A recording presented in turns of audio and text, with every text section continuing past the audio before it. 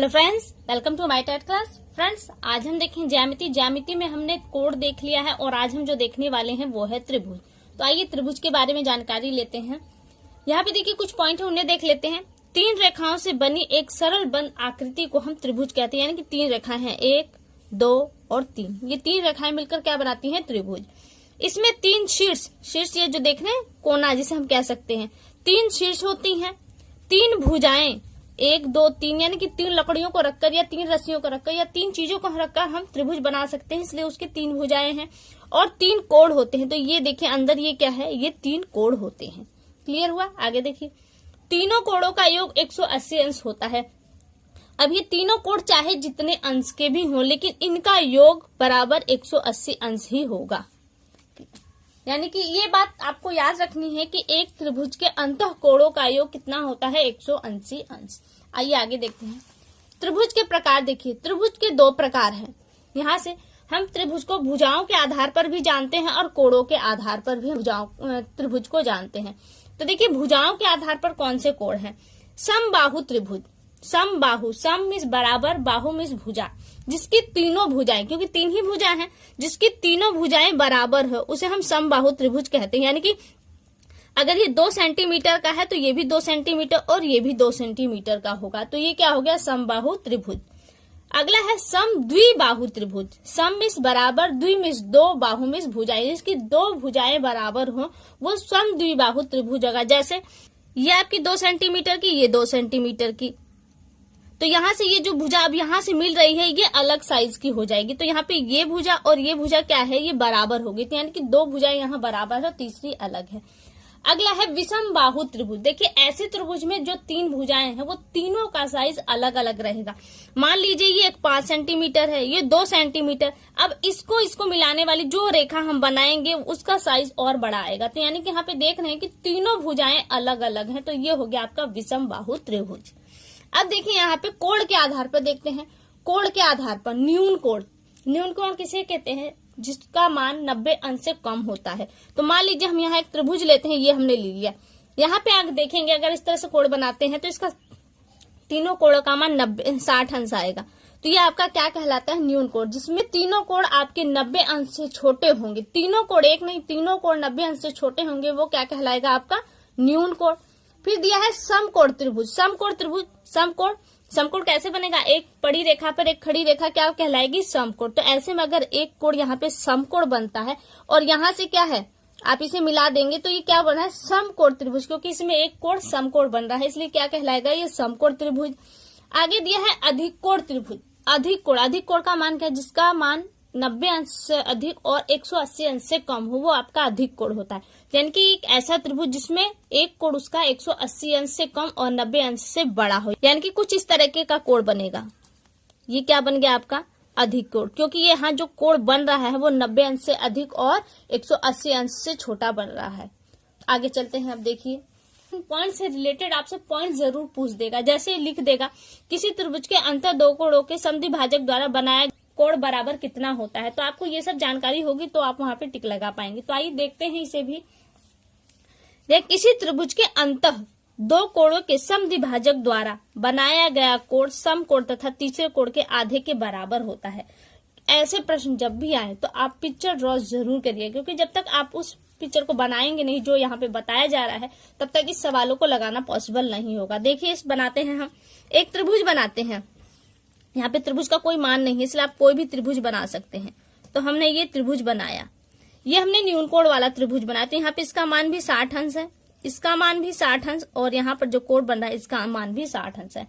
कह रहा है कि बनाएगा समकोण और समद्विभाजक द्वारा 2 कोणों के जो अंतः 2 कोण है उसके समद्विभाजक द्वारा, अंतः में ये आपके अंतः कोण हुए, और किन्हीं 2 कोणों के समद्विभाजक द्वारा। मान लीजिए हम इसी समद्विभाजक कर देते, समद्विभाजक में कोणों का बराबर बराबर 2 में विभाजन हो जाएगा।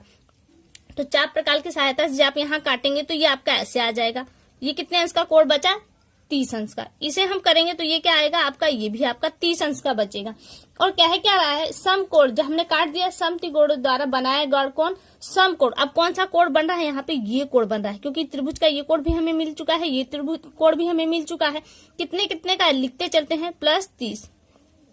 अब हमको पूछ रहा है जो नया कोण है सम कोण तथा तीसरे कोण के आधे के बराबर होता है, जो नया कोण मिला है वो कौन है? सम कोण। सम कोण मतलब 90 अंश तथा तीसरे कोण के आधे के बराबर होता है। तीसरे कोण का अगर हम आधा करेंगे तो क्या होगा? 30 होगा, और 90 और 30 जोड़ देंगे तो हमारा आ जाएगा 120। तो कह रहा है कि ये कोण कितने का आया? 120 अंश का आया। तो 120 अंश देखिए हमें मिल चुका है। ये कोण कितने का है? 120 अंश का, तो प्लस यहाँ पे 120 कर दीजिए। इसको जोड़ने पर अगर इस कोण का हमें मान मिल जाएगा। करते हैं, 12 6 18, 180 अंश आ गया। यानी कि क्या है ये पॉइंट जो रीजन बताया गया ये सही पॉइंट है।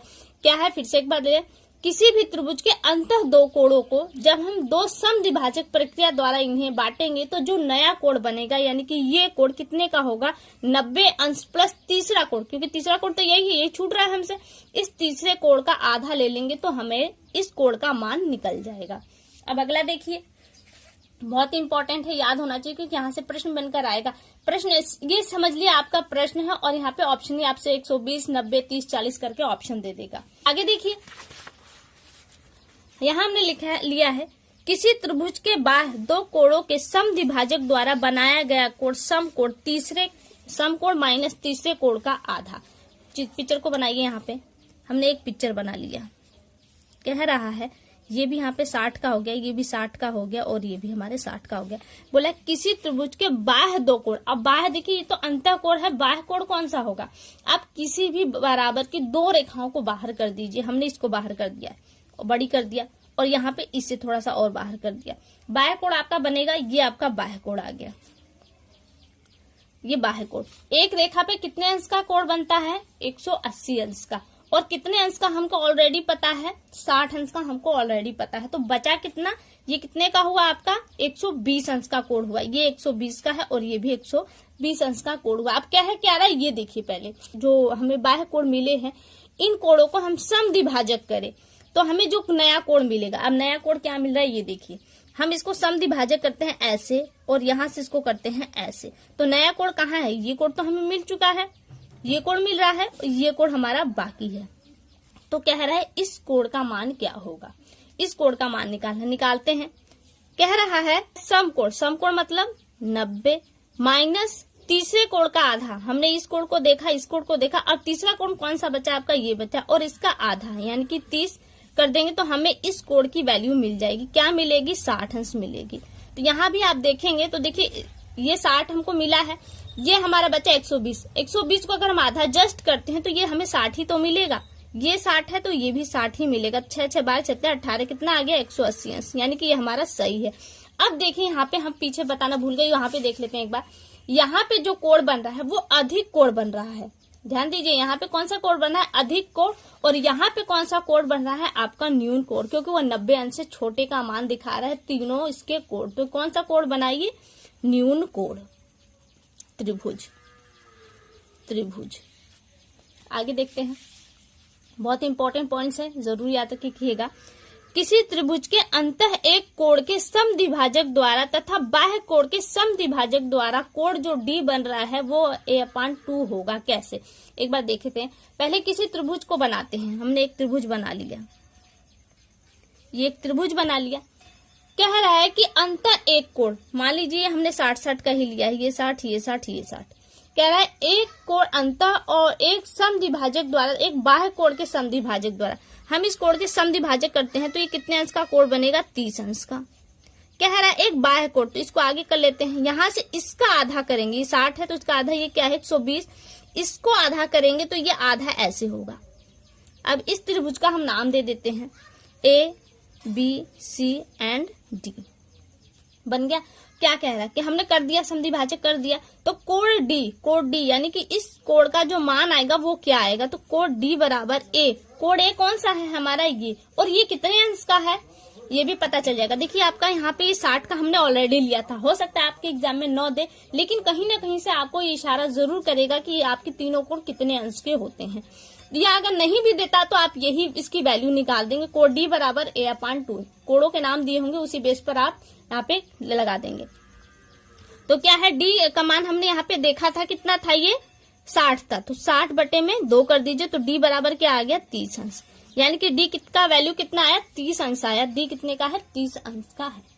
आगे देखिए एक और पॉइंट दिया है, किसी त्रिभुज के भुजा के मध्य बिंदुओं को मिलाने वाली रेखा तीसरी भुजा के समानांतर होती है। हमने एक त्रिभुज ले लिया, ये लीजिए हमने त्रिभुज ले लिया। कह रहा है इसकी भुजा के मध्य बिंदुओं को मिलाने वाली रेखा तीसरी भुजा के समानांतर होती है। हम दो भुजाओं को ले लेते हैं। इस भुजा का आधा यहाँ पे है और इस भुजा का आधा यहाँ पर है। अब इन दो बिंदुओं को जब हम मिलाएंगे तो जो रेखा बनेगी वो इसके समानांतर होगी। समानांतर रेखा जानते हैं, जो कभी आगे कितना ही आगे बढ़ा लीजिए कभी मैच नहीं करेंगे, कभी मिलेंगी नहीं, न ही एक दूसरे से बहुत ज्यादा दूरी पे चलेंगे, वरन इनके बीच में जो दूरी बनी है वो बराबर दूरी बनी रहेगी। तो ये देखिए आपका ये समानांतर और समांतर रेखाओं का जो होता है, देखिए मान लीजिए अगर ये 60 अंश का है तो इसकी वैल्यू भी 60 अंश ही आई है। अगर ये 30 का है तो इसकी वैल्यू भी 30 अंश ही आएगी। यानी कि समानांतर रेखाओं के जो बराबर संगत कोण होते हैं वो क्या है, आपस में बराबर होते हैं। ये एक पॉइंट। एक और पॉइंट देख लेते हैं हम यहाँ पे। देखिए दिया है, समबाहु त्रिभुज के भुजाओं के मध्य बिंदुओं को मिलाकर त्रिभुज बनाया जाए तो बने त्रिभुज का क्षेत्रफल 1/4 गुणित बड़े त्रिभुज का क्षेत्रफल होता है। कैसे देखते हैं, एक त्रिभुज बनाते हैं। ये कौन सा त्रिभुज है, समबाहु त्रिभुज।